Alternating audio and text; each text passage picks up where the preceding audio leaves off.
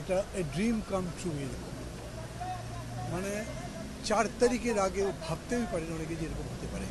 মানে যে আসিফ নজরুল আছে কি বলে শপথ দিল যেদিন এইখানে ওনারা আমাদেরকে ডেকেছিলেন প্রেসিডেন্ট, সে আমাকে বলছিল বান্ধব বিশ্বাস হচ্ছে যে মুক্ত হয়েছি। সো ফিলিংটা এরকম যে ভেতরে এত ভালো।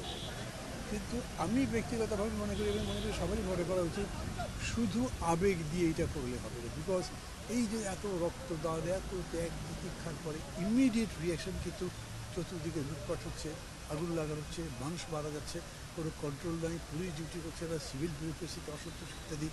এইটাকে আপনাকে কন্ট্রোল করতে হবে এবং এই জায়গাটা খুবই নির্মোহভাবে কিন্তু যোগ্যতার সাথে করতে হবে, না হলে পুরো জিনিসটা নষ্ট হয়ে যেতে পারে। দ্বিতীয়, অনেকগুলো পলিটিক্যাল কোয়েশ্চেন যা এখন অত শক্ত নয়, উক্ত নয়, সুপ্ত কিন্তু আছে। তারপরে কেউ কেউ বলছে, যেমন ধরেন বলো যে 3 মাসের মধ্যে ভোট দিতে হবে। এখন 3 মাসের মধ্যে কি গভর্নমেন্ট ভোট দিতে পারবে? গভর্নমেন্ট কিছু বলেনি কিন্তু, কারণ আমাদের কনস্টিটিউশনে এই অন্তর্বর্তী সরকারের কোনো টার্মস অফ রেফারেন্স নাই। তার ইচ্ছে করলে 5 বছরও থাকতে পারে।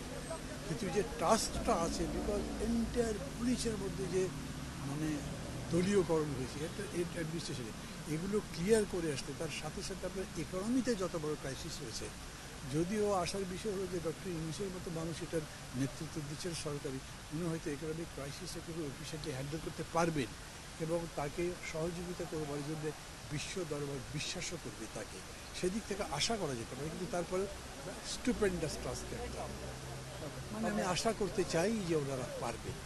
Thank you sir.